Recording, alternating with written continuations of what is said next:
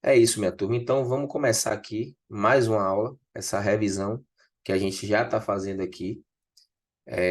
Já está gravado aí a revisão de eletricidade e magnetismo, já encontra-se no nosso canal. Hoje a gente vai fazer a revisão de mecânica, certo? Vamos revisar aqui a parte de mecânica.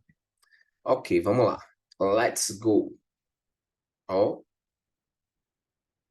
no dia 14 de junho de 2015, a sonda espacial norte-americana New Horizons atingiu o ponto mais próximo que qualquer artefato humano esteve do planeta anão, Plutão. Neste instante, a distância da sonda à Terra era de aproximadamente 5 bilhões de quilômetros. As primeiras imagens de Plutão não chegaram à Terra instantaneamente, quando enviadas através de um sinal de rádio, pois a velocidade da luz é de 3 vezes 10 oitava metros por segundo. Então tem aí a fonte, né? Lembrando que eu li o texto, não li o comando inicialmente, por quê? Porque é uma questão de texto curto, né? Um texto bem curtinho, então eu não achei necessário fazer essa leitura dessa forma. Vamos lá, ó. No momento da máxima aproximação de Plutão, o valor mais próximo do tempo decorrido entre o envio de uma imagem pela antena transmissora da sonda e a sua percepção por uma antena receptora na Terra é. Então vamos lá, eu estou buscando aqui intervalo de tempo. Então temos aqui quais informações? Temos a distância, que é de 5 bilhões de quilômetros. 5 bilhões de quilômetros, gente. Prefixo bilhão. Você vai ter que colocar uma potência de 10 aqui. E como são bilhões, essa potência de 10 vai ter que estar elevada a 9. Mil, 10 a terceira. Milhão, 10 a sexta. Bilhão, na casa do bilhão, é 10 a nona. Então, 5 vezes 10 a nona, km. A velocidade é 3 vezes 10 a oitava, metros por segundo, né? E eu quero saber o tempo. Quanto que é o tempo? Então, tá aí, probleminha estruturado. A gente vai ter que fazer uma transformaçãozinha aqui, como vocês já devem ter imaginado. Como minha velocidade está em metros por segundo, eu vou ter que transformar essa distância para quilômetros. O que é que eu vou fazer aqui? Vou multiplicar por 1000. Vamos fazer essa transformação aqui multiplicando por 1000, que é 10 a terceira, né? Então, ao multiplicarmos isso aqui por 1000, por 10 a terceira, vamos obter a distância igual a 5 vezes 10 elevado a 12 metros. Pronto, agora já dá para a gente fazer a nossa continha. Então, sabemos que a distância é igual à velocidade vezes o tempo. Então, o tempo vai ser a distância, 5 vezes 10 a 12, sobre a velocidade, que é 3 vezes 10 a oitava, que é 12. Então, nosso tempo vai ser igual a... Bom, 5 sobre 3, gente, isso é um valor conhecido, né? É um valor conhecido, um valor manjado, que é justamente a mesma coisa. 5 sobre 3 é a mesma coisa de... Você pega aqui, ó. 5 sobre 3. Isso vai ser equivalente a você ter 2 terços mais 3 terços. 3 terços. Bom, 3 terços é 1. 3 terços vale 1. Inteiro, né? Isso aqui vale 1.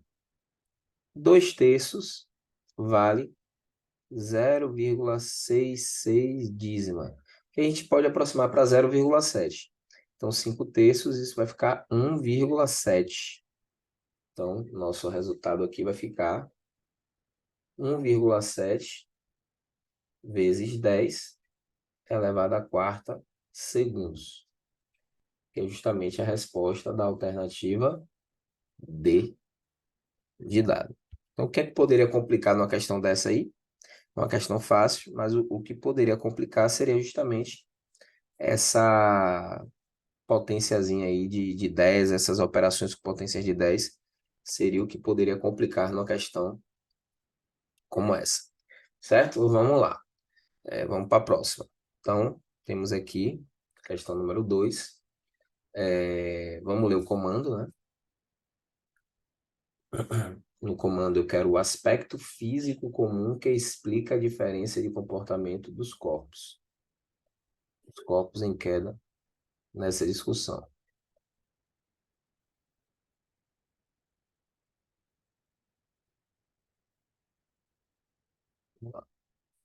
No seu estudo sobre a queda dos corpos, Aristóteles afirmava que se abandonarmos corpos leves e pesados de uma mesma altura, o mais pesado chegaria mais rápido ao solo. Essa ideia está apoiada em algo que é difícil de refutar, a observação direta da realidade baseada no senso comum. Após uma aula de física, dois colegas estavam discutindo sobre a queda dos corpos e um tentava convencer o outro de que tinha razão. Colega A: o corpo mais pesado cai mais rápido que um menos pesado, quando largado de uma mesma altura.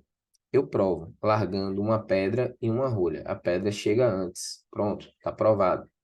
Colega B: eu não acho. Peguei uma folha de papel esticado e deixei cair. Quando amassei, ela caiu mais rápido. Como isso é possível se era a mesma folha de papel? Deveria cair do mesmo jeito. Tem que ter outra explicação. Então, qual é o aspecto físico comum que explica a diferença de comportamento dos corpos em queda nessa discussão? O que é que a gente vai ter que levar em consideração aqui nessa discussão que vai ser comum aos dois exemplos mencionados, tanto para o colega A quanto para o colega B? O que vai ser em comum é que ambas as situações, a observação é feita mediante a ação da resistência do ar, que é um fator que, em alguns casos, exatamente, Felipe, em alguns casos não pode ser desprezado, deve ser considerado em alguns casos. Por isso que a alternativa correta é a letra B de bola. Essa questão aí, gente, é uma questão que é considerada por algumas pessoas difícil, certo? Eu já resolvi essa questão aqui uma vez nas nossas aulas, mas eu vou resolver essa questão de novo, porque os problemas de cinemática, eles tendem a se apresentar desta forma, certo? A primeira coisa que eu quero chamar a atenção de vocês aqui é para o comando. Vamos identificar aqui o comando. O comando aqui, ó. Considerando essas condições aproximadamente, quanto tempo depois da abertura do semáforo O, os semáforos A, B e C devem abrir, respectivamente? Então, eu quero valores de tempo, certo? Pessoal, aquela dica que eu dou sobre você olhar as alternativas antes de você iniciar o seu processo de resolução, eu vou insistir nisso. Por quê? Porque quando você olha para essas alternativas aqui, ó, você percebe primeiro que o tempo está em segundos, é a unidade de medida que você vai ter que utilizar, e você nota, se você prestar bem atenção, que, bom, cada alternativa tem 3 valores. Só que o primeiro valor de cada alternativa é um valor único, ele não se repete. O que é que significa dizer isso? Se você, na realidade, achar somente o tempo que vai demorar para o semáforo A ser acionado, você já resolve a questão não necessitando achar os outros tempos, o que vai tornar o seu processo de resolução muito mais célere, muito mais rápido. E vamos lembrar que a moeda mais cara na prova do Enem é justamente o tempo. O tempo é a moeda mais cara na prova do Exame Nacional do Ensino Médio. Eu bato nessa tecla porque eu quero que você, quando for fazer a sua prova, você fique ouvindo a minha voz na hora que você for fazer a prova de física. Você fique ali, ó, na sua cabeça, ó, ouvindo a lição falar com você essas coisas, essas dicas, essas orientações que são muito valiosas, certo? Então, vamos lá. Você foi contratado para sincronizar os 4 semáforos de uma avenida, indicados pelas letras O, A, B e C, conforme a figura. Então, está ali a figura, a imagem, né? Os semáforos estão separados por uma distância de 500 metros.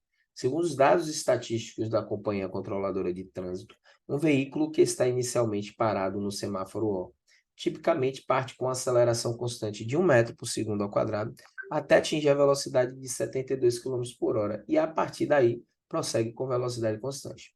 Você deve ajustar os semáforos A, B e C, de modo que eles mudem para a cor verde quando o veículo estiver a 100 metros de cruzado, para que ele não tenha que reduzir a velocidade em nenhum momento. Ok. Já sabemos qual é o comando. Não tem necessidade de ler de novo. Vamos aqui estruturar nossa resolução. Primeira coisa que eu quero chamar a atenção aqui é o seguinte. Bom, a distância entre os semáforos, né, é uma distância de 500 metros. De um semáforo para o outro, você tem uma distância aqui de 500 metros. No entanto, quando quando o sinal for ficar verde, o veículo vai estar a 100 metros da sinaleira. Então, significa dizer que esse veículo ele terá percorrido uma distância de 400 metros até esse sinal ficar verde. Então, você vai ter aqui 100 metros aqui. Opa, 100 metros aqui, esse verdinho. E você vai ter 400 metros aqui. Então, depois do móvel ter percorrido esses 400 metros, o sinal A abre. A lógica é essa. O sinal A vai abrir depois do móvel, do veículo, ter percorrido 400 metros. Só que aí tem um porém. Esses 400 metros, ele é todo em MRUV, que é como começa esse movimento. Veja que o texto narra que existem dois movimentos aí. Tem um movimento inicial, que é um movimento retilíneo uniformemente variado, e tem um outro movimento, que é um movimento retilíneo uniforme. Você tem dois movimentos sendo narrados aí. A sua grande questão tem que ser, será que esse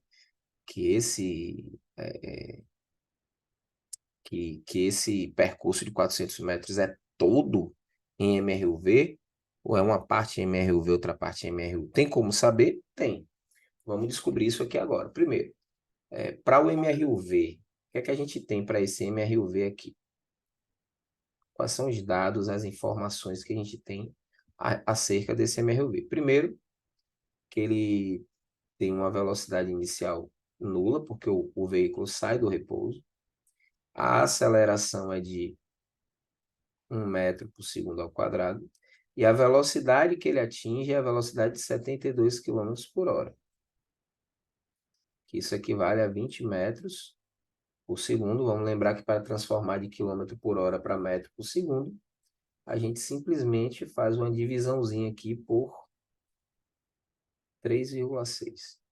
Pronto. O que é que a gente está caçando aqui nessa questão, nesse momento aqui agora? A gente está caçando uma distância, qual é a distância que o móvel percorre para essas condições, e quanto é o intervalo de tempo que ele gasta para isso, certo?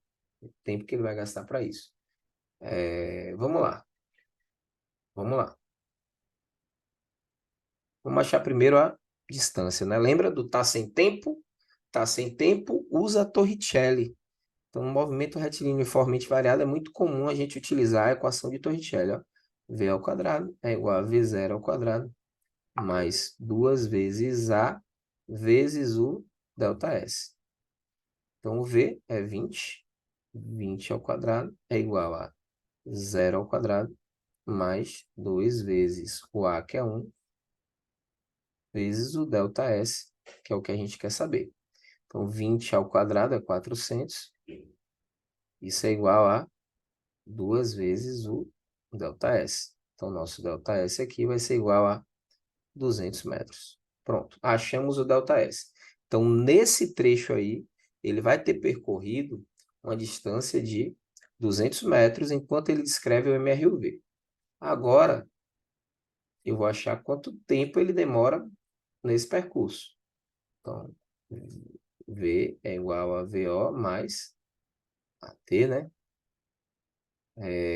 O V, velocidade final, é 20. Velocidade inicial é 0. Mais o A, que é 1, vezes o T, que é o que a gente quer saber. Então, esse T vai ser igual a 20 segundos. Achamos o tempo aqui de 20 segundos. Mas isso aqui foi para o MRUV. E o que é que vai acontecer, Thalisson, então? O que é que significa esses resultados que eu acabei de encontrar? Significa dizer que o móvel ele percorre os 200 primeiros metros desse trajeto com um movimento retilíneo uniformemente variado. O móvel vai percorrer os primeiros 200 metros com movimento retilíneo uniformemente variado. E isso vai durar 20 segundos. Agora, o que é que eu tenho que pensar? Os 200 metros que faltam, né? Porque até o semáforo A abrir, ainda faltam 200 metros, né? São 400 metros no total. Então, esses 200 metros finais, ele vai estar descrevendo, como o problema falou aqui, um MRU, um movimento retilíneo uniforme. O que é que a gente vai ter desse MRU? Bom, a gente vai ter que a distância percorrida por ele vai ser de 200 metros, que é o que está faltando. A velocidade vai ser uma constante que vai valer 20 metros por segundo. O próprio problema disse isso. Quando acaba o movimento uniformemente variado, ele segue com velocidade constante de 72 km por hora, que é a velocidade de 20 metros por segundo. Vamos achar o tempo aqui. Intervalo de tempo aqui é o que a gente precisa achar. Bom, vamos achar esse intervalo de tempo. Então, a gente sabe que velocidade média é o nosso ΔS sobre ΔT. O nosso ΔT vai ser o nosso ΔS dividido pela velocidade. Isso vai ser 200 dividido por 20. E 200 dividido por 20, a gente vai achar o ΔT aqui. Vou chamar de telinha. Vamos achar igual a 10 segundos. Pronto. Agora, já temos a resposta? Ainda não. A resposta vai ser 20 segundos do primeiro trecho de MRUV mais 10 segundos do segundo trecho. Isso vai dar um total de 30 segundinhos. Então, 30 segundinhos é o intervalo de tempo total. E aí, quando a gente analisa as alternativas aqui, a gente já sabe que é a letra D. Não precisa calcular o tempo para o semáforo B abrir, nem o tempo para o semáforo C abrir. Por quê? Porque somente o A já é o suficiente. E você, quando está fazendo o Enem, você precisa ter essas sacadas. Por isso que você tem que prestar atenção nas coisinhas que eu falo. As coisinhas que eu digo aqui. Ah, você vai precisar prestar atenção nessas coisinhas para você não se atrapalhar. Certo? Gente, eu vou beber uma água, vou pegar uma aguinha ali e já volto. Só um minutinho, vou colocar logo a próxima questão aí para vocês já irem degustando, certo? Olha lá, questão número 4. Já volto. Drink water.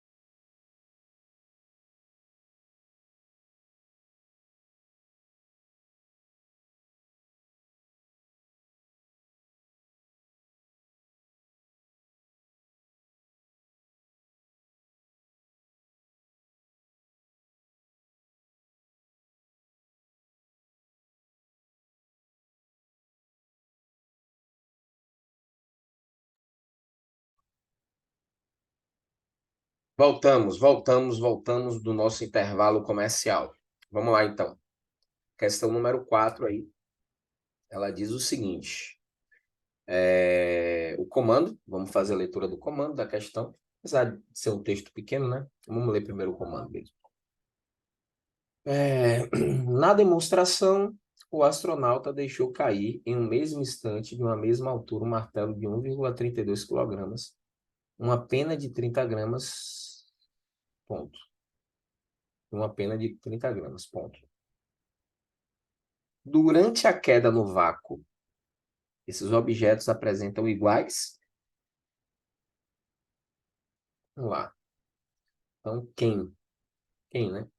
Ao soltar um martelo e uma pena na Lua em 1973, o astronauta David Scott confirmou que ambos atingiram juntos a superfície. O cientista italiano Galileu Galilei, um dos maiores pensadores de todos os tempos, previu que, se minimizarmos a resistência do ar, os corpos chegariam juntos à superfície. Então, tem aqui um martelo de 1,32 kg e uma pena de 30 gramas. E durante a queda no vácuo, esses objetos apresentam iguais inércias? Não, porque a inércia vai estar associada à massa, né, gente? Vai estar associada à medida da massa, então não pode ser inércia, não são iguais inércias, são inércias diferentes, né? A tendência de permanecer em repouso desses corpos é diferente.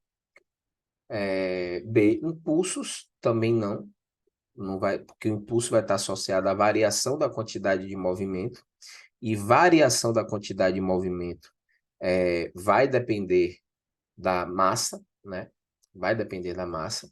Então, também não vão ter iguais impulsos. Letra C. Trabalhos. Também não, porque o trabalho, nesse caso, é o trabalho da força gravitacional. Esse trabalho da força gravitacional também depende da massa. Letra D, acelerações. Exatamente, essa é a alternativa que a gente está procurando. Letra D, acelerações, iguais acelerações. Por que eles apresentam iguais acelerações? Porque eles vão estar submetidos à mesma aceleração que a aceleração da gravidade. É o G que está atuando aí sobre eles, né? Na superfície da Lua, no caso ali, né? Estão submetidos à mesma gravidade na superfície da Lua. Então, a alternativa correta é a letra D. Energias potenciais também não, porque energia potencial também depende da massa, como as massas são diferentes, as energias potenciais serão diferentes, uma vez que estão submetidos às mesmas condições de gravidade, certo? Vamos aqui para o 5. Vamos aqui para a questão número 5.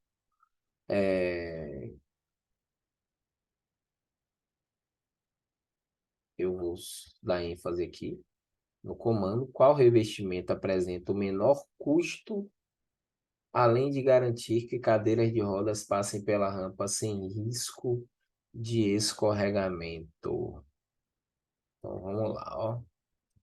Com o objetivo de revestir o piso de uma rampa de acesso para cadeiras de rodas, determina-se que, sob a aplicação de uma força motora de 200 newtons, não ocorra deslizamento dos pneus em relação à superfície de contato.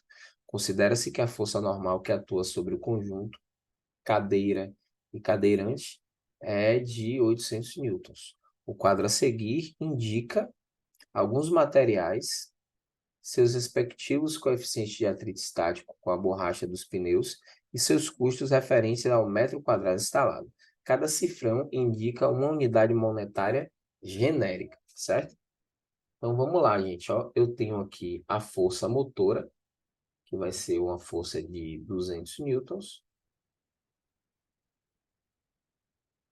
Essa força motora, ela vai se comportar como o FAT, o nosso FAT estático máximo. E eu tenho uma força normal, que é uma força normal de 800 newtons. A força motora ali é de 200 newtons.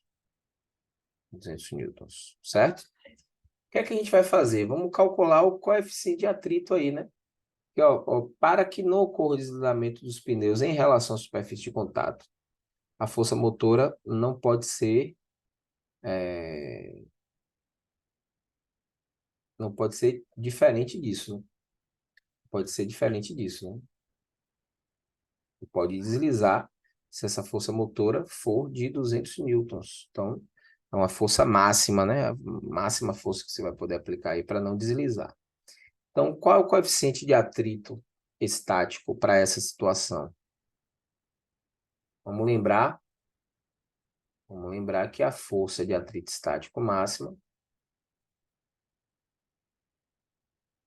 ela é dada pelo produto do coeficiente de atrito estático pela força normal. Então, como eu quero o coeficiente de atrito estático, pega aqui a força de atrito estático máxima, 200 newtons, vai ser igual ao coeficiente de atrito estático vezes a normal, que é 800. Esse Mi estático, ele vai ter que ser, ele vai ter que ser,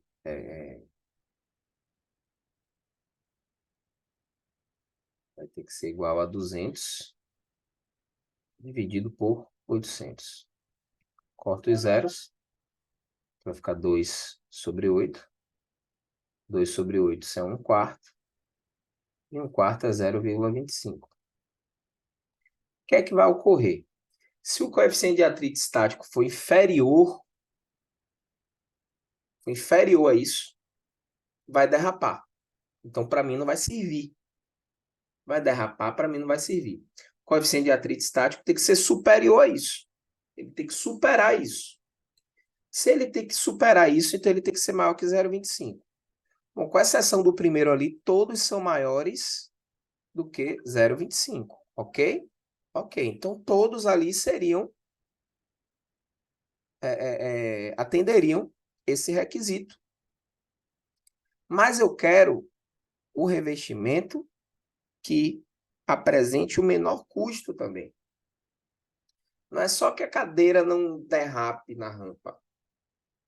Eu quero que o custo ele seja minimizado. Se eu quero que o custo seja minimizado dentre os 4 itens aí dessa tabela, o que eu vou escolher é o que tem o menor custo. E o que tem o menor custo é exatamente a madeira.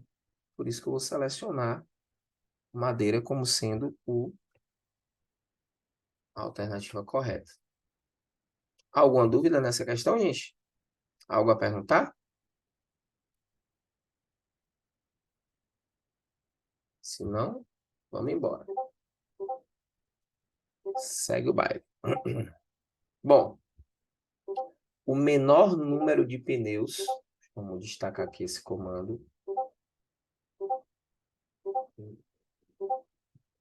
Poxa, tem uma coisa aqui que está enviando uma notificaçãozinha chata. Isso deve ser o Discord. Eu odeio Discord. Sai daqui para você, senhor. Eu quero sair.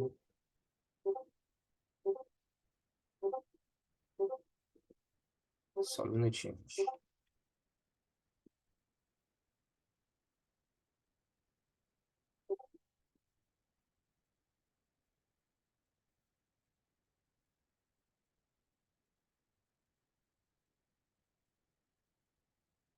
Parou. Vamos lá. Então, lê aqui o comando dessa questão. O menor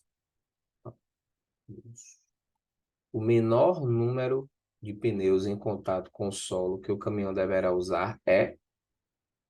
Vamos lá. Um caminhão de massa 5 toneladas carregado com carga de 3 toneladas. Então, a massa total aqui, ó, é 5 mais 3, vai dar 8 toneladas ou 8.000 quilos. Tem eixos articulados que permitem fazer uso de 4 a 12 pneus aos pares simultaneamente. Sempre par de pneu, tá, gente? Sempre par de pneu. O número de pneus em contato com o solo é determinado a fim de que a pressão exercida por cada pneu contra o solo não supere o dobro da pressão atmosférica. Então, não pode ser o dobro da pressão atmosférica, certo? Ok. A área de contato entre cada pneu e o asfalto equivale à área de um retângulo de 20 centímetros por 30 centímetros. Então, essa área vai ser 20 por 30. Isso vai dar 600 centímetros quadrados. Esse é o valor da área. Só um minutinho, gente, que tem uma notificação aqui que está chegando toda hora via Discord. Isso está me agoniando. Vou colocar o mouse aqui para poder remover essa notificação, porque se tem uma coisa que eu odeio, é aquele barulhinho de notificação. Toda hora que aí você está concentrado fazendo uma coisa e tá o barulhinho da notificação. Agora eu já saí do Discord, então agora eu já sou feliz, porque eu fiz esse simples ato de sair do Discord. Uma coisa impressionante. Tava aqui toda hora, chegando mensagem. E isso é insuportável, insuportável. Pronto, agora tudo certo. Bom, então a massa aí do caminhão é essa, 8.000 quilogramas. A área de contato dos pneus, de um pneu, né, 600 centímetros quadrados. Ele pede para eu considerar que a gravidade no local vale 10 metros por segundo ao quadrado e que a pressão atmosférica, vou chamar de P0, é de 10 a quinta Pascal, né, 1 vezes 10 a quinta Newton por metro quadrado. Só que eu não quero que isso supere, no caso, né, a pressão que eu vou utilizar, o valor de pressão que eu vou utilizar vai ser metade disso. Então, a pressão utilizada vai ser 0,5 vezes 10 a quinta Pascal, que é Newton por metro quadrado. Certo? É metade de 1 vezes 10 a quinta, 0,5 vezes 10 a quinta. Pronto. Galera, é uma questão simples, certo? Pressão vai ser a força sobre a área, certo? Essa área aqui, eu vou transformar ela em notação científica, vai ficar, deixa eu apagar isso aqui, vai ficar 6 vezes 10 ao quadrado, centímetros quadrados. Só que eu tenho que transformar isso para metro quadrado. Então aqui, observe, é um macetezinho que eu já ensinei para vocês e que é muito útil. Quero transformar de centímetro quadrado para metro quadrado. Eu sei que 1 metro tem 100 centímetros, não é? Só que 100 é 10 ao quadrado. Então, 1 metro quadrado vai ter... Eu vou elevar isso aqui ao quadrado. Então, quando eu elevo isso aqui ao quadrado, fica 10 ao quadrado, 10 à quarta centímetro quadrado. Ou seja, eu vou ter que dividir isso aqui, por 10 à quarta. Quando eu divido isso aqui por 10 à quarta, eu chego na minha área de cada pneu, como sendo 6 vezes 10 a menos 2 metro quadrado. Pronto. Agora está apto. Pressão é força sobre a área. A pressão é 0,5 vezes 10 a quinta. Isso é igual à força, que é o peso, né? Massa vezes gravidade. A massa é 8.000. 8 vezes 10 a terceira. Vezes a gravidade, que é 10. Dividido pela área. Agora aqui é que vai entrar o pulo do gato. Quem vai ser essa área? Vai ser x vezes a área de um pneu. Quanto é a área de um pneu? É 6 vezes 10 elevado a menos 2. Então, vamos lá, ó. Vamos lá. Dá pra gente dar uma simplificada aqui no 6 com 8. Aqui vai ficar 4, aqui embaixo vai ficar 3. Vou passar esse 3 daqui para cá, vai ficar 0,5 vezes 10 a quinta, vezes 3 vezes 10 a menos 2, vezes x. Isso é igual a 4 vezes 10 a quarta. Esse 10 a quarta aqui dá para cancelar com esse 10 a quinta, aqui vai ficar 1. 10 elevado a 1 vezes 10 elevado a menos 2, vai ficar 10 elevado a menos 1. 10 elevado a menos 1. 3 vezes 0,5, isso vai ficar 1,5. Então, vai ficar 1,5 vezes 10 elevado a menos 1. Isso é x, né? X. Isso é igual a 4. Então, o nosso x vai ser igual a 4 dividido por 1,5. 1,5 vezes 10 a menos 1. 10 a menos 1 sobe e vira 10. Fica 40 dividido por 1,5. 40 dividido por 1,5, quanto é que vai dar isso aqui? Quanto é que vai dar esse 40 dividido por 1,5? Vamos ver aqui.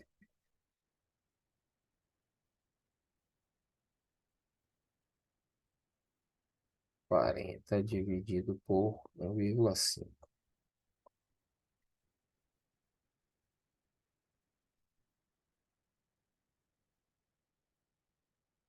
Isso vai ficar 26,6. Que calma. Vamos lá.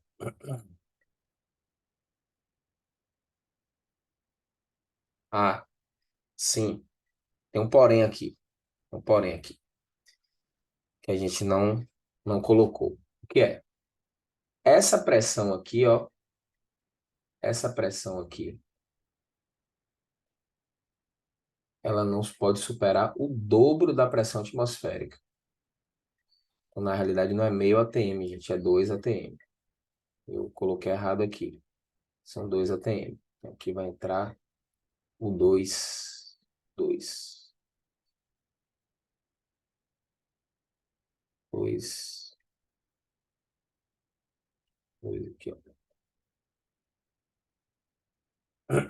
Em cada pneu, né? Em cada pneu. Em um único pneu, essa pressão não pode superar isso aqui, certo? Só que o que é que a gente vai fazer? Então, a gente vai calcular aqui, na real, a área de cada pneu. A área do pneu. A área que vai me permitir é, determinar aqui essa pressão. Deixa eu corrigir aqui essa rota. Então, vai ficar aqui 8 vezes 10 a terceira sobre o A aqui. O A. Quanto é que vai ser a área desse pneu? É que deveria ser a área desse pneu. Essa área tem que ser... deixa eu apagar isso aqui. Isso aqui é 8 vezes 10 a terceira. Aqui embaixo é A. Isso vai ficar 8 vezes 10 a quarta sobre 2 vezes 10 a quinta. Essa área vai ser 4 vezes 10 a menos 1, ou seja, essa área vai ter que ser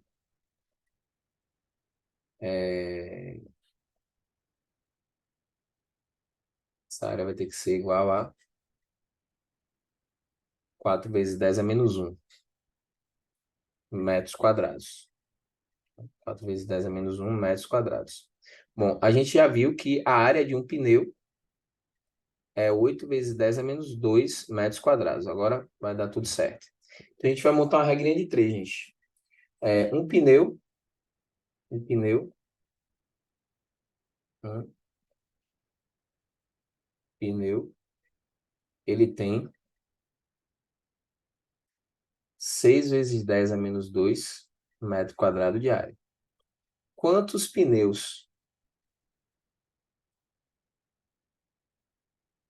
vão serão necessários para que você tenha uma área, cubra uma área de 4 vezes 10 a menos 1? Então, faz aqui o cruz credo. Isso vai ficar 6 vezes 10 a menos 2x igual a 4 vezes 10 a menos 1. Então, nosso x vai ser igual a 4 vezes 10 a menos 1, dividido por 6 vezes 10 a menos 2. Então, nosso x vai ser igual a 40 sobre 6. 40 sobre 6, x vai ser igual a 20 sobre 3. E 20 sobre 3, isso vai dar, quando a gente faz a nossa aproximação aí, 20 dividido por 3, vai dar aproximadamente 8. Dá aproximadamente 8. Aproximadamente 8. Então, nossa resposta correta dessa questãozinha aqui é a letra C. Letra C dessa questão número 6. Vamos lá. Alguma dúvida? Alguém quer perguntar alguma coisa? Algo a perguntar? Fiz uma confusãozinha ali, porque o passo inicial era determinar a área que vai suportar esse peso para a pressão que é adequada para cada pneu. Depois que a gente calcula essa área, aí basta a gente determinar uma regra de 3 ali para saber quantos pneus serão necessários para que essa pressão tenha essa equivalência. Aí a gente monta a regra de 3 e resolve. Dificuldade dessa questão. Dificuldade dela, se vocês pararem para analisar direitinho, é uma questão que você precisa fazer mais de uma passagem, mais de uma transformação. Então, a chance de você se atrapalhar no meio do caminho aí é grande. Como essa 7 aqui, que no comando diz o seguinte, ó. Em minutos, qual é o tempo de descompressão a que o mergulhador deve ser submetido? Em minutos. Aí eu vou e olho as alternativas, como eu disse para vocês, eu tenho que dar uma olhada nas alternativas. Eu olhei as alternativas aqui e vi que eu quero o tempo em minutos. Quando eu subo um pouquinho aqui, eu já vejo que, veja que é aqui, ó, tempo, qual é o tempo de descompressão? Veja que aqui nesse gráfico, eu já tenho aqui na coluna vertical, tempo de descompressão. E perceba que as alternativas, ó, condizem com os valores desse gráfico. Então, minha resposta está aí no gráfico. Quando eu vou analisar qual é o outro eixo que está sendo declarado, eu vejo aqui variação de pressão. Qual é a conclusão que eu chego disso ao fazer essa análise aqui? Li o comando e fiz essa análise desse gráfico, que se eu achar essa variação de pressão, eu consigo achar o tempo de descompressão. Então, atrás disso que a gente vai. A gente vai atrás de uma variação de pressão. Vamos ler agora o texto, para depois voltar no gráfico. Então, diz assim, o mergulhador fica preso ao explorar uma caverna no oceano. Dentro da caverna formou-se um bolsão de ar, como mostrado na figura, onde o mergulhador se abrigou. Durante o resgate, para evitar danos a seu organismo, foi necessário que o mergulhador passasse por um processo de descompressão antes de retornar à superfície, para que seu corpo ficasse novamente sob pressão atmosférica. O gráfico mostra a relação entre os tempos de descompressão recomendados para indivíduos nessa situação e a variação de pressão.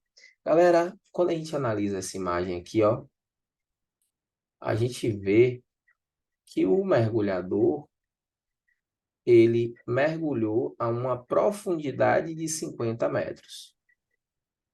Se é uma profundidade de 50 metros, a gente vai resolver isso aqui usando um macete. Qual é o macete? Quando o fluido for a água, quando a gente tiver a água, falando da água, a gente pode poder dizer o seguinte, que a cada 10 metros de profundidade, você vai ter um aumento de 1 atm na pressão, ou seja, de 10 a quinta pascais, ou seja, de você vai ter um aumento de 500 quilopascais, de 100 quilopascais. Cada 10 metros, você vai ter um aumento aqui de 100 quilopascais. Bom, nesse caso aqui, como a gente teve mais uma profundidade de 50 metros, isso vai implicar num aumento de pressão de 500 quilopascais. É um macete que você usa para resolver questões desse tipo. Então, se é um aumento de 500 quilopascais, eu estou procurando aqui uma variação de pressão de 500 quilopascais, ó. Está exatamente aqui no meu gráfico. É só eu pegar e ligar isso ao respectivo ponto que eu chego na resposta. Nesse caso, é 60 minutos. Então, a minha resposta correta, letra C, 60 minutos. Certo? Simples assim. Vamos para a questão 8. Bom, galera, a questão 8. Ó, essa dificuldade ocorre porque talvez você já tenha bebido suco usando dois canudinhos iguais. Entretanto, pode-se verificar que, se colocar um canudo imerso no suco e outro do lado de fora do líquido, fazendo a sucção simultaneamente em ambos, você terá dificuldade em bebê-lo. Por que ocorre essa dificuldade? Gente, para você sugar um fluido, você precisa que se estabeleça uma diferença de pressão entre o interior da sua boca e o exterior, que é onde esse suco se encontra. A partir do momento em que você coloca um canudo no interior do líquido e outro canudo fora, é como se você estivesse tentando sugar com a boca aberta. Se você tentar sugar com a boca aberta, você vai perceber que não haverá sucção, pois não haverá diferença de pressão. Então, se não vai ter diferença de pressão, a pressão no interior da sua boca vai assumir praticamente o mesmo valor que a pressão na parte exterior. E aí você vai ter dificuldade de sugar, e é isso que a gente vai verificar na letra E, né? Letra E, a pressão no interior da boca assume praticamente o mesmo valor daquela que atua sobre o suco. Então, é isso aí. 9. Um navio petroleiro é capaz de transportar milhares de toneladas de carga. Neste caso, uma grande quantidade de massa consegue flutuar. Nessa situação, o empuxo é... Empuxo, gente, é a força exercida pelo fluido no corpo que deslocou esse fluido, está imerso no fluido. Parcialmente imerso, totalmente imerso, enfim. Vai ter algum tipo de imersão do fluido, do corpo no fluido. Então, eu quero saber, se o petroleiro ele está flutuando, o que é que está acontecendo? Eu tenho uma situação de que o empuxo é maior que a força-peso do petroleiro. Se o empuxo fosse maior que a força-peso, o fluido iria atirar o petroleiro da superfície. Esse petroleiro nem ia estar flutuando. Ele seria atirado, ele seria arremessado fora da superfície. Um exemplo disso é quando você pega uma bola de futebol e mergulha ela na água da piscina. Vocês já fizeram isso? A pessoa pega e mergulha a bola de futebol na água da piscina, qualquer bola, né? Na água da piscina.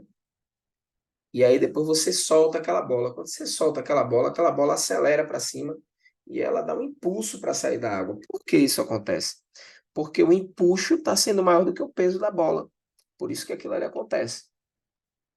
Então, essa letra aqui ela está falsa. Que não é isso que a gente observa acontecer com o petroleiro. Então, o empuxo é igual à força-peso do petroleiro, exatamente. Eu tenho uma situação de equilíbrio entre essas forças. É por isso que o petroleiro ele vai estar flutuando. Ele não está nem descendo acelerado, nem subindo acelerado. Ele está mantendo ali, né, um repouso em relação à direção vertical. Porque essas forças estão se equilibrando. Então, a alternativa correta aí, letra B. Ok? Vamos para 10. Alguém quer perguntar algo, gente? Vocês estão muito quietinhos hoje. Tem certeza que não querem perguntar nada? Absoluta?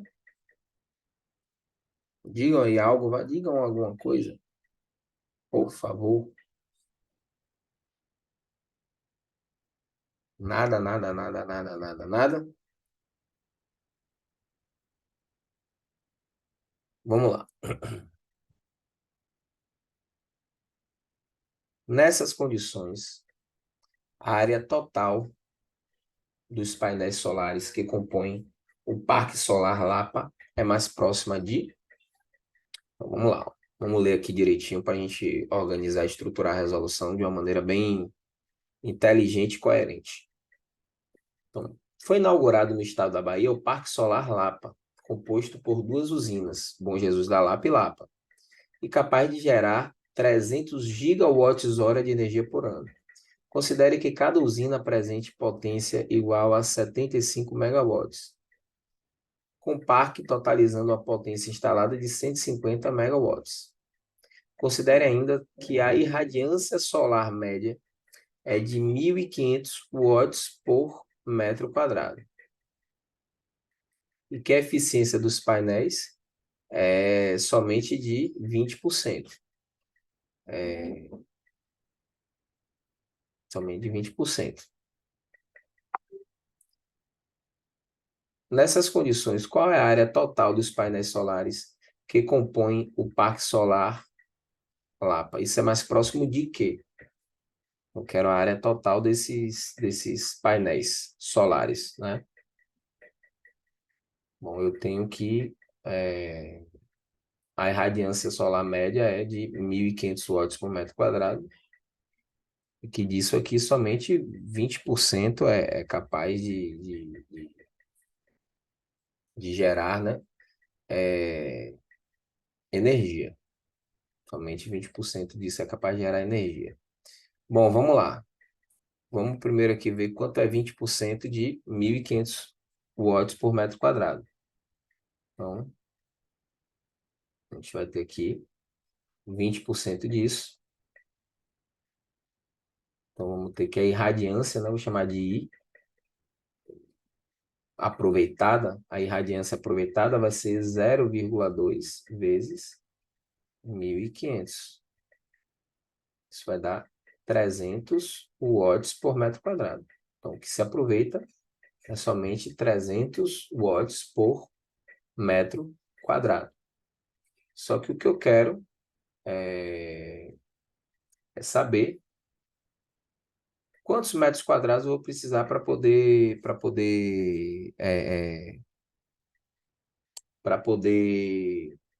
gerar essa potência aqui, ó, de 150 megawatts. Então, vamos lá, ó. Vamos lá. Eu tenho a potência de 150 mega, que é 10 a sexta, watts. E eu tenho a gente vai poder montar a seguinte regra de 3. Vou mudar a cozinha aqui da caneta, pronto. Eu sei que 1 metro quadrado me confere 300 watts de potência. Quantos metros quadrados eu vou precisar para que eu tenha 150 vezes 10 a sexta watts de potência? Então, vamos fazer um cruzcredinho aqui. Vai ficar 300x igual a 150 vezes 10 elevado a sexta. Então, x vai ser igual a 150 vezes 10 elevado a sexta dividido por 300. Vou simplificar aqui, né? Aqui em cima fica 1, aqui embaixo fica 2. 1 dividido por 2, 0,5. X igual a 0,5 vezes 10 a sexta, ou seja, meio milhão de metros quadrados, vai dar 500 mil metros quadrados. A resposta está na letra B de bola. Então, letra B aí, a resposta dessa questãozinha.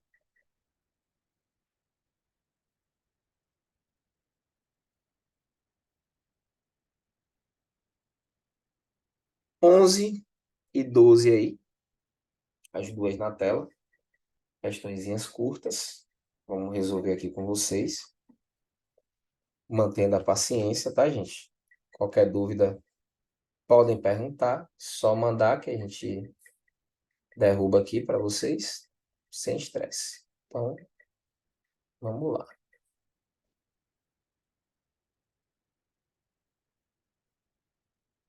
Olha lá. Primeiro comando da questão 11. A energia liberada pelo meteorito ao entrar na atmosfera terrestre é proveniente principalmente do quê? Primeiro ponto é esse. Vamos lá. Estudos apontam que o meteorito que atingiu o céu da Rússia em fevereiro de 2013 liberou uma energia equivalente a 500 quilotoneladas de TNT, né? Trinitrotolueno, cerca de 30 vezes mais forte que a bomba atômica lançada pelos Estados Unidos em Hiroshima, no Japão, em 1945. Os cálculos estimam que o meteorito estava a 19 quilômetros por segundo no momento que atingiu a atmosfera e que seu brilho era 30 vezes mais intenso do que o brilho do Sol. Então, de onde é que vem a energia liberada pelo meteorito ao entrar na atmosfera terrestre? De onde é que vem essa energia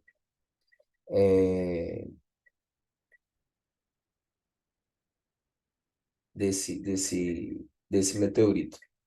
Pessoal, ele mencionou aqui, ó, que o meteorito estava a uma grande o quê? Grande velocidade, ó. 19 quilômetros por segundo, 19 mil metros por segundo. Tá muito rápido esse meteorito. Então, eu tenho aqui energia associada ao movimento. Energia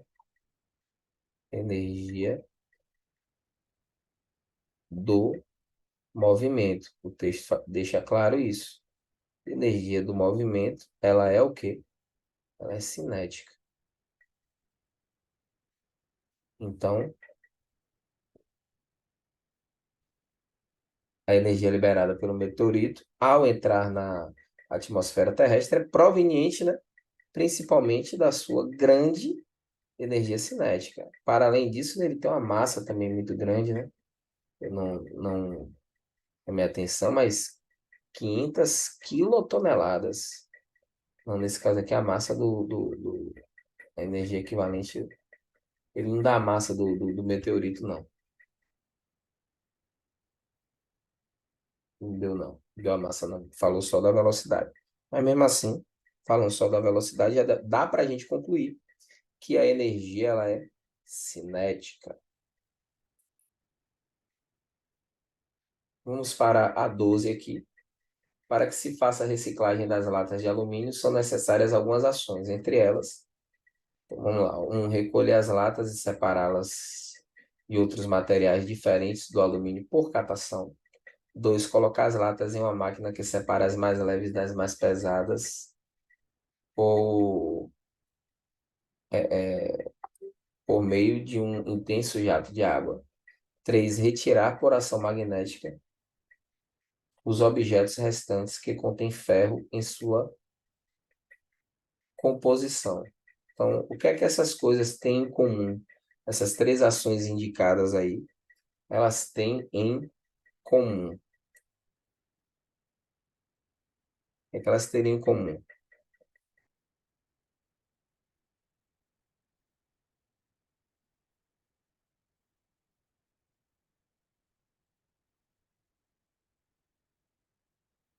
Todas elas, gente, demandam que uma força seja aplicada.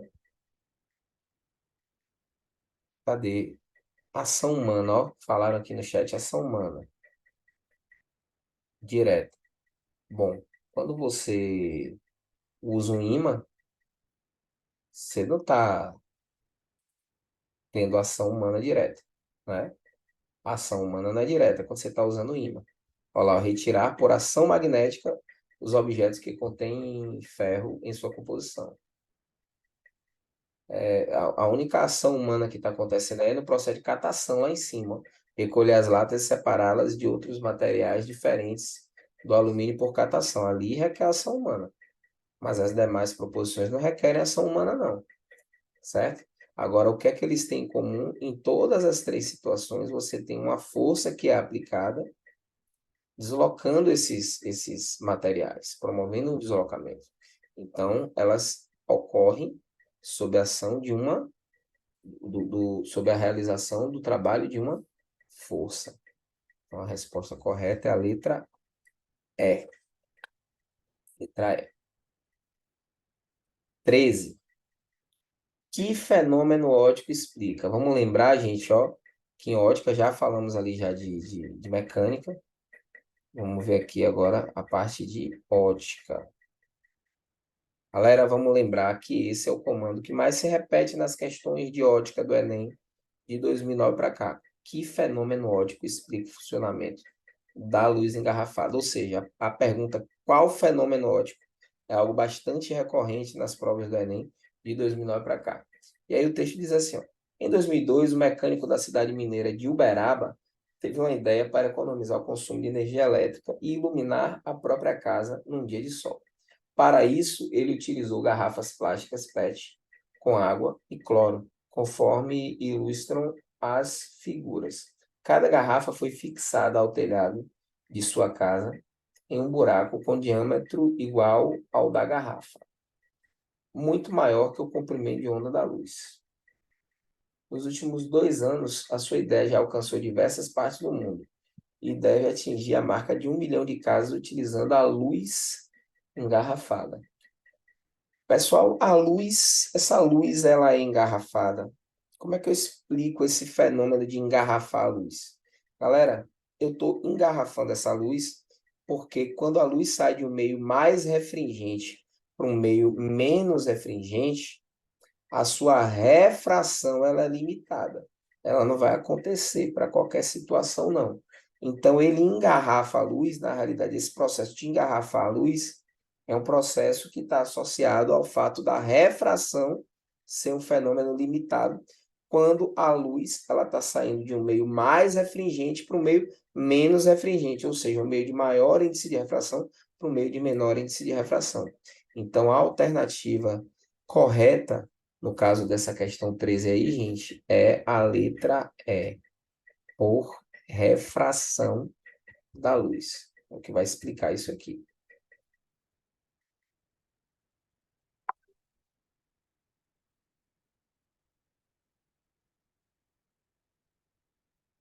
Vamos para 14?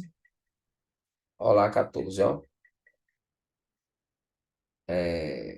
Qual representação esquemática apresenta a trajetória seguida pelo feixe? Qual representação esquemática apresenta a trajetória seguida pelo feixe de laser quando atravessa a janela de vidro? Eu quero saber qual dessas representações aqui vai me dar o feixe de laser atravessando a janela de vidro. Então, ó, o feixe de um laser incide obliquamente na lateral de uma janela de vidro, cujo índice de refração é maior do que o do ar.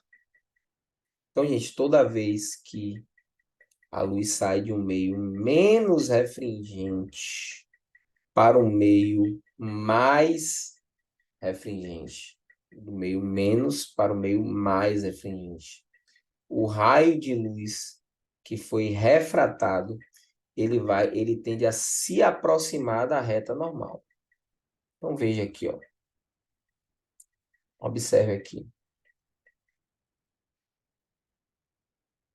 E quando ele sai do meio mais refringente para o meio menos, esse raio tende a se afastar da normal.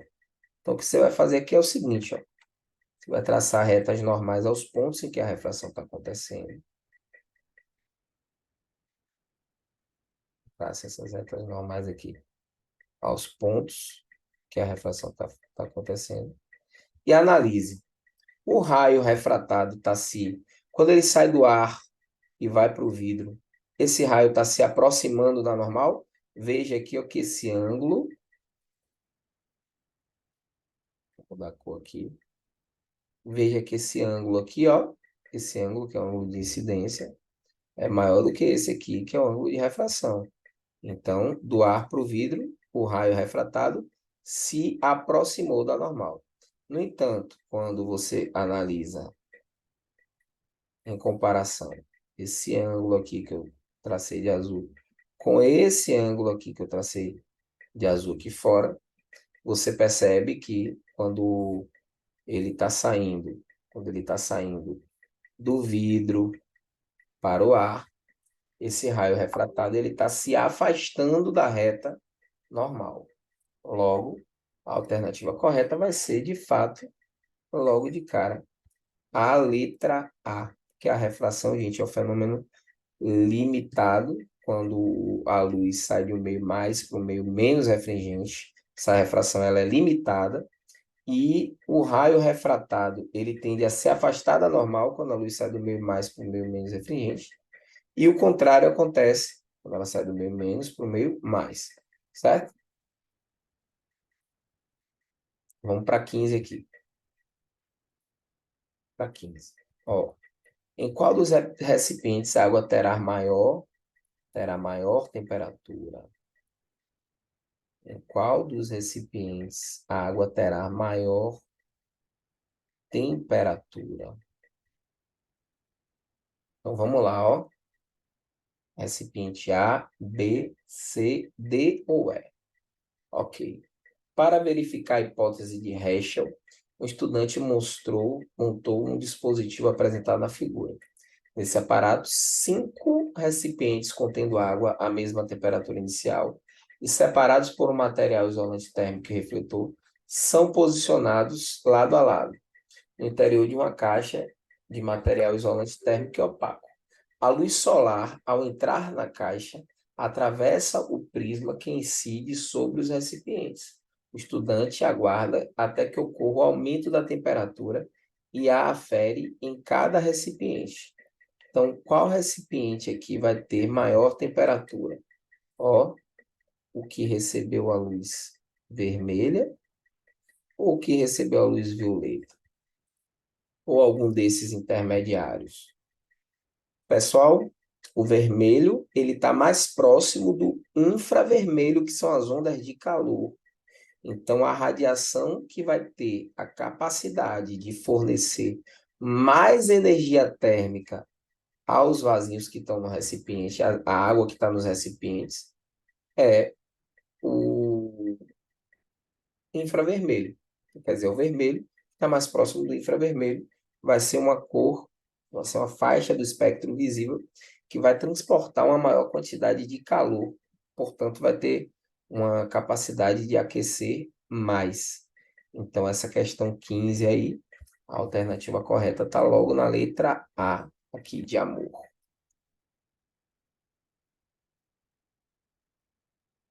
16. A acuidade visual associada à redução das pupilas é fisicamente explicada pela diminuição. Pessoal, quando você reduz a pupila para melhorar essa acuidade visual, qual é a explicação física para isso? Vamos lá. A maioria das pessoas fica com a visão embaçada ao abrir os olhos debaixo d'água. Mas há uma exceção, o povo Moken, que habita a costa da Tailândia. Essa característica se deve principalmente à adaptabilidade do olho e à plasticidade do cérebro, que significa que você também, com algum treinamento, poderia enxergar relativamente bem debaixo d'água. Estudos mostraram que as pupilas de olhos de indivíduos Moken sofrem redução significativa debaixo d'água, o que faz com que os raios luminosos incidam quase paralelamente ao eixo óptico da pupila. E aí, essa acuidade visual vai estar associada à redução das pupilas. Ela vai ser fisicamente explicada pelo quê? Pela diminuição do quê? Bom, se a pupila, gente, ela está reduzida, se você reduziu a pupila, você fechou a janelinha de luz, você está fechando a janelinha de luz está cada vez menor. Se você diminuiu bastante essa janelinha de luz, você vai evitar os desvios dos raios refratados, que é como se você estivesse fazendo com que a incidência dessa luz ela fosse quase que com um ângulo de 0 grau em relação ao normal. Então, você vai ter um desvio minorado desses raios refratados. Vai evitar o desvio. Então, a resposta correta é a letra D. Essa é a questão 16. 17. O texto contesta que concepção acerca do comportamento da luz. Vamos ler o texto. Quando se considera a extrema velocidade com que a luz se espalha por todos os lados, e que, quando vem de diferentes lugares, e mesmo totalmente opostos, os raios luminosos se atravessam uns aos outros, sem se atrapalharem, compreende-se que, quando vemos um objeto luminoso, isso não poderia ocorrer pelo transporte de uma matéria que venha do objeto até nós. Como uma flecha ou bala atravessa o ar. Como uma flecha ou bala atravessa o ar.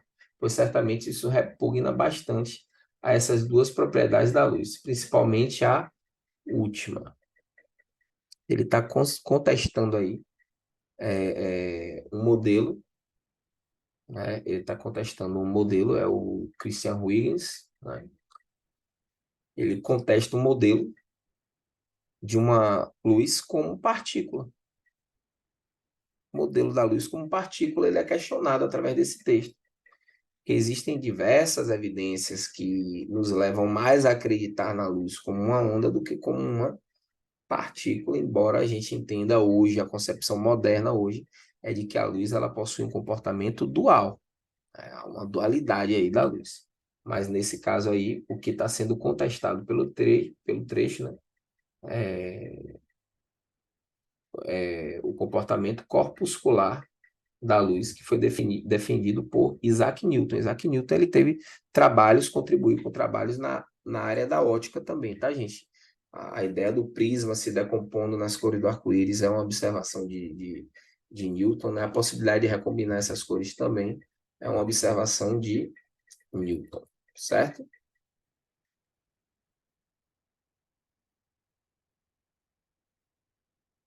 Bom, galera, questão 18. 18.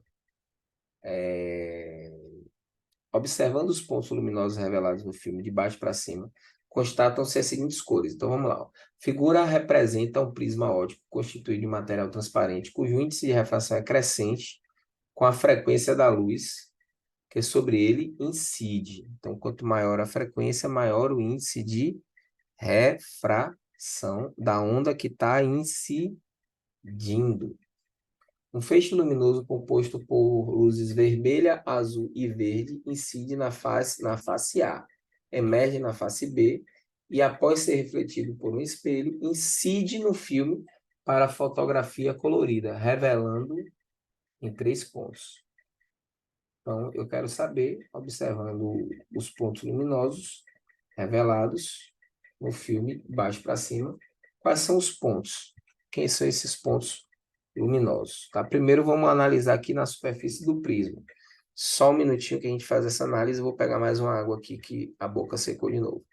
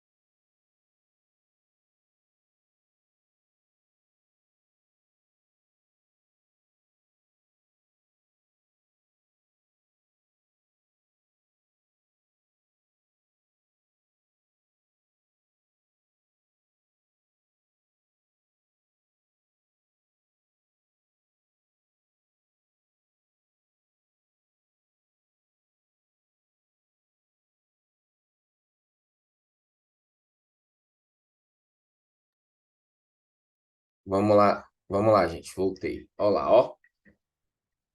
Vamos lá. Primeiro aqui, ó, para resolver essa questão, eu vou traçar aqui uma retinha normal, traçar ela cinza aqui. Cada um desses pontos aqui, ó. Uma reta perpendicular a cada um desses pontos, em que a refração está acontecendo. Essa é a reta normal. Se vocês pararem para analisar direitinho, qual é a reta que está desviando mais?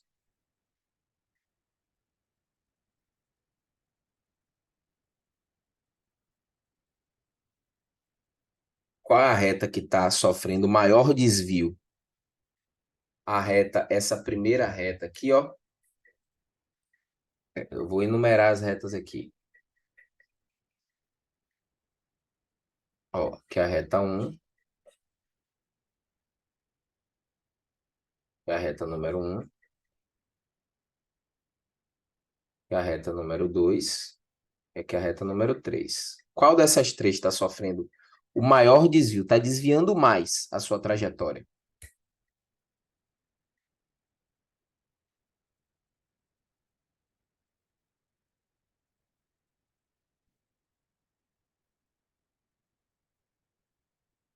Hein? Qual é a que está desviando mais? Hein, pessoal? Tenené, tenené, tenené. Qual é a que desvia mais?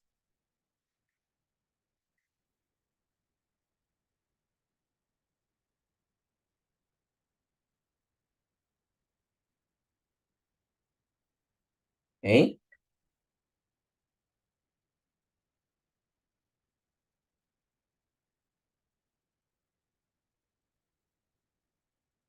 A 3, falaram aí a 3 que está desviando mais.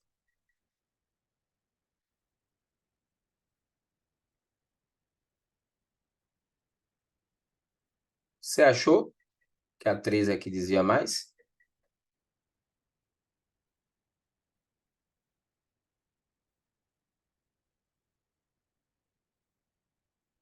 Analisando a imagem aí,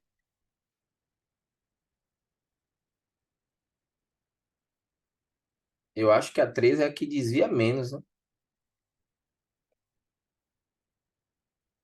Acho que a que está desviando mais aí é a 1. Se a 1 for a que está desviando mais, se a 1 for a que está desviando mais, então, quando a gente analisa aqui, ó, não, nesse caso é a 3 mesmo, a 3, perdão. É porque eu estava contando aqui, gente, ó, do lado de cá. Mas é a 3 mesmo, essa 3 aqui é a que desvia mais. Então, se é a que desvia mais, é a de maior frequência, porque quanto maior a frequência, maior o desvio sofrido pela cor, certo? Então, esse 3 aqui, corretamente, como o Felipe falou, esse 3 aqui é o que desvia mais. Então, você tem aqui, ó, aqui em cima, a onda de maior frequência. Nesse caso, como as cores são vermelho, azul e verde, quem tem maior frequência aqui é o azul. Então, aqui em cima você tem azul. O 2 é o que desvia intermediário, então tem que ter uma frequência intermediária, é o verde. E o que desvia menos é o vermelho. Quem desvia mais é o violeta. De todas as cores, maior desvio, né, maior frequência que é o violeta. Se assustou, né? Porque eu estava olhando para as retas aqui do lado de cá, Felipe, não aqui. No... Então, azul, verde e vermelho é a ordem. Como é de baixo para cima, ó, você quer de baixo para cima. Então, primeiro vem o vermelho, depois o verde e depois o azul. A alternativa correta está logo na letra A, aí. Você não olha as outras. Letra A logo. Ok. Vamos para 19. 19. Qual é o fenômeno óptico mostrado na figura? Ó, mais uma questão perguntando qual é o fenômeno. E sim, ótica é chover no molhado, né? Essa questão do Enem. Então, quando você olha para essa imagem, você vê a luz, né? Ela está saindo do vácuo, entrando na nossa atmosfera. E aí o observador visualiza uma imagem do Sol numa posição diferente de onde o Sol realmente se encontra. Isso acontece porque a luz ela sofre que fenômeno? Que fenômeno? Adivinha? Fenômeno da refração, né, gente? Só pode ser refração. Refração da luz solar ao atravessar camadas de ar com diferentes densidades. Então, a luz ela está mudando de meio, mudança de meio da luz é justamente a refração. Questão 20. Qual é o tipo de lente formada pela gota no experimento? Olha lá, um experimento bastante interessante no ensino de ciências da natureza constitui em escrever palavras em tamanho bem pequeno, quase legíveis a olho nu, em um pedaço de papel e cobri-la com uma régua de material transparente. Em seguida, pinga-se uma gota d'água sobre a régua na região da palavra, conforme mostrado na figura, que apresenta o resultado do experimento. A gota adquire o formato de uma lente e permite ler a palavra de modo mais fácil em razão do efeito de ampliação. Pessoal, se a lente ela está ampliando, se ela está ampliando o objeto, obtendo uma imagem ampliada, essa lente ela não pode terminar com a nomenclatura côncava, porque ela é uma lente convergente.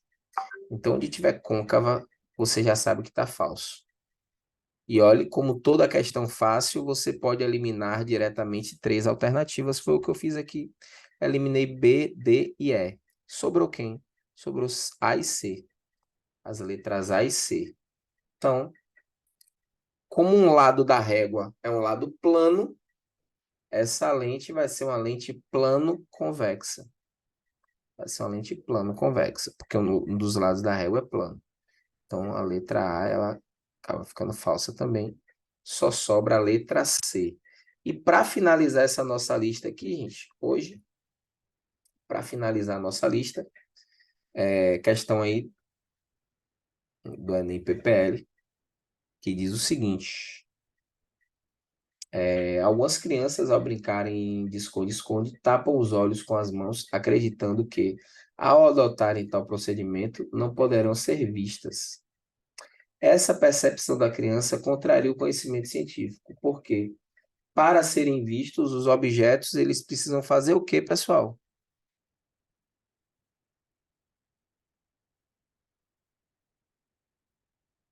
O que é que esses objetos precisam fazer? Eles precisam refletir luz, né?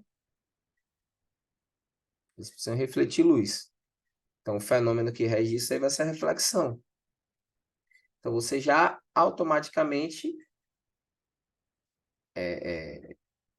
anula três alternativas aqui.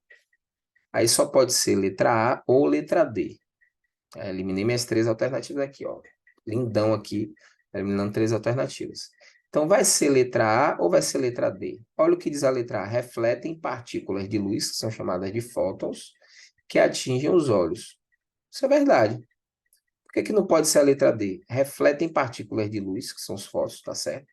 Que se chocam com os fótons emitidos pelos olhos. Isso aí não tem, faz o menor sentido, né? Faz o menor sentido. Isso tá totalmente equivocado. Então, só pode ser aqui a letra A. Vamos lembrar, gente, que na ótica, se quiser fazer uma revisão de última hora, revise aí a parte de espelhos, planos esféricos, a parte aí de lentes. Refração é o grande foco dentro de ótica, é refração, fenômeno da refração, mais explorado no Enem de 2009 para cá. Ok, turma? Beleza? Então, essa foi a nossa revisão de hoje. Lembrando que na próxima segunda-feira a gente vai fazer mais uma revisão, ainda antes da segunda semana de prova. E provavelmente a gente vai fazer uma livezinha com a previsão, certo? Já fizemos aqui a revisão, vamos finalizar a revisão na semana que vem, mas vai rolar também a previsão, e nessa previsão eu quero que vocês estejam presentes, porque vai ser uma aula que não vai ficar gravada, gente, certo? Não vai ficar gravada, quer dizer, vai ficar gravada, mas você talvez não tenha tempo hábil para assistir antes da prova do Enem, essa previsão que eu vou fazer na véspera da prova, certo? Então é isso, gente. Um abraço para todos vocês e até a próxima. Boa noite a todos.